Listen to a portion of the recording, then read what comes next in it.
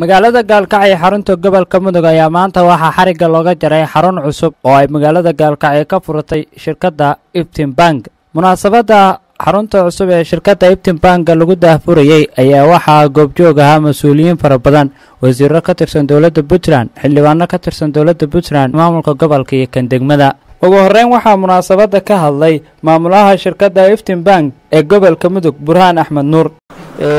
maanta waxaa noo suura gashay gurigan quruxda badan oo uu dhagax dhigay gudoomiyihii hore ee tigay 2013 maanta inuu soo gabagaboobo furitaankiisiina aanu u taaganahay. guriga quruxda badan markaan leeyahay ma ahan waxaan iska leeyahay oo waxa shacabku ay soo celiyeen oo yiraahdeen guri qurux badan baa la dhisay. reer Gaalkacyo waxaan inoo furnay guri qurux badan. gurigaas waa bangi waxaanu rabnaa haddii inuu wax la soo dhigto oo lacagta adduunyada ku haystaan soo dhigtaan. dhanka kale waxaa isna munaasabadda daafurka shirkadda Iftin Bank ee magaalada Gaalkacyo ka hadlay Cabdixakiin Axmed Xaashi oo ka mid ah mas'uuliyiinta ugu sarsareysa shirkadda Iftin. sidaan la socotaan maalgelin bay Iftin samaysay. Iftin shaqadeeda waxay ka bilowday xawaaladii waa evolve garashay waa socotaa, horumar bay ku jiraa. hadda waxaanu gaarnay heer aanu banki noqono iyo financial institution oo financial institution wax walba sameeya. Mesela waxaan rajaynaynaa insha Allah mustaqbalka inaanu insurance keenno, laakiin hadda waxaan isku dayaynaa in aanu muxuu ahaa wixii uu banki sameyn jiray uu qabto. hawshii bankiga oo dhanna waa bilaabaynaa.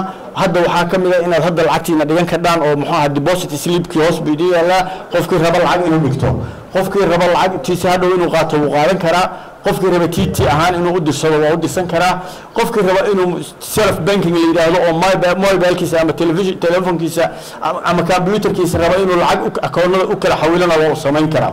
hawshaas oo dhan waan wadnaa, waana soo gelinay.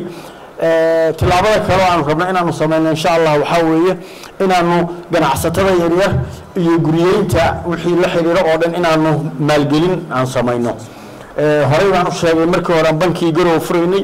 horta kii Garowna waa furnay, kii Boosaasana waa furnay, kana waa furnay. waxaan jecelahay wadanka oo dhan inaan saas ugu sii socono oo aan muxaha ku sii wadno furitaanka sarar sidaan oo kale aad u qurxoon. dhanka kale waxaa munaasabadda isna ka hadlay duqa degmada Gaalkacyo Maxamuud Yaasiin Axmed Tumey. runtii waa xaflad aad iyo aad u qiimo badan, aniga farxad gaar ah leeyahay. gurigan quruxda badan oo bilicda fiican leh iyo shirkaddan oo maanta Gaalkacyo ka fadhay inaan la kowsado anoo degmada matalaya aad iyo aad ugu faraxsana. waxaan dhihi karaa marka koowaad waa shaqo abuur, marka labaad waa bilic, marka saddexaad waa niyad sami oo waxay tusaysaa dadka ganacsatada ayna ka maqan.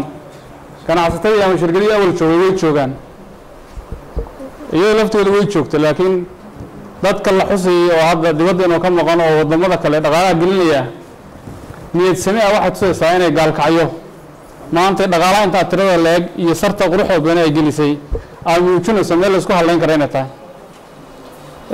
aad iyo aad arrinta ugu mahad celinaya mar koowaad iyo mar labaad iyo mar saddexaad ugu mahad celinaya. ugu dambeyn waxaa munaasabadda lagu daahfurayay shirkadda Iftin Bank ee magaalada Gaalkacyo ka hadlay wasiirka wasaaradda howlaha guud, gaadiidka iyo guriyeynta dowladda Puntland Cabdirashiid Maxamed Xirsi. xafladan xarika jarka xarunta Iftin Group ee maanta halkan lagu xarig jaray aad iyo aad baan ugu faraxsannahay.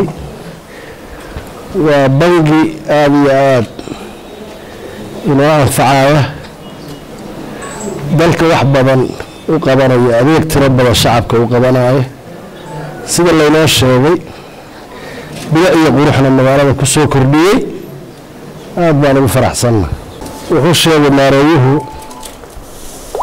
in loo baahan yahay dadka hore marka ku soo kordhinaya wadanku inay helaan dhul ay wax ka dhistaan. sax way, dalka in la qurxiyaa la rabaa, in laga shaqeeyaa la rabaa, adeegyadii bulshada dhan inaynu ka samaynaa la rabaa. hadday iskuulla tahay, hadday jaamacado tahay, hadday buruug tahayba dhulaan loo baahanya. ma ahan xaruntii ugu horeysay ee shirkadda iftin ay ka furato Puntland. waxaa jiray xarumo kaleeto oo ay shirkadda iftin hore uga furatay Garowe, Boosaaso iyo magaalooyin kale oo waaweyn oo ka tirsan gobolada Puntland. Said Cali Nuur Cabdi, Said Cali Taatiko, Star TV, Gaalkacyo.